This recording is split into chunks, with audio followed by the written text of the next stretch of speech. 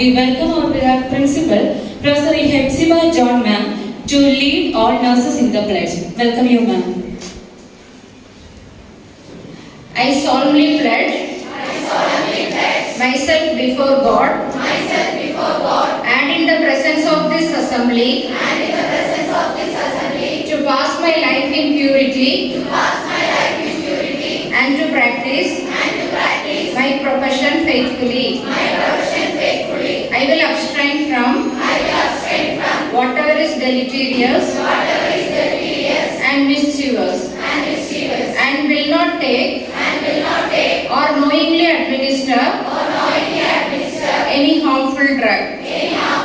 I will do all in my power to maintain and elevate the standard of my profession and will hold in confidence all personal matters committed to my keeping and all family affairs coming to my knowledge.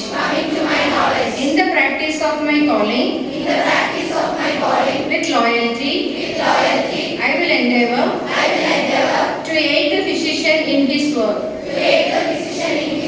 and devote myself to the welfare of those committed to my care.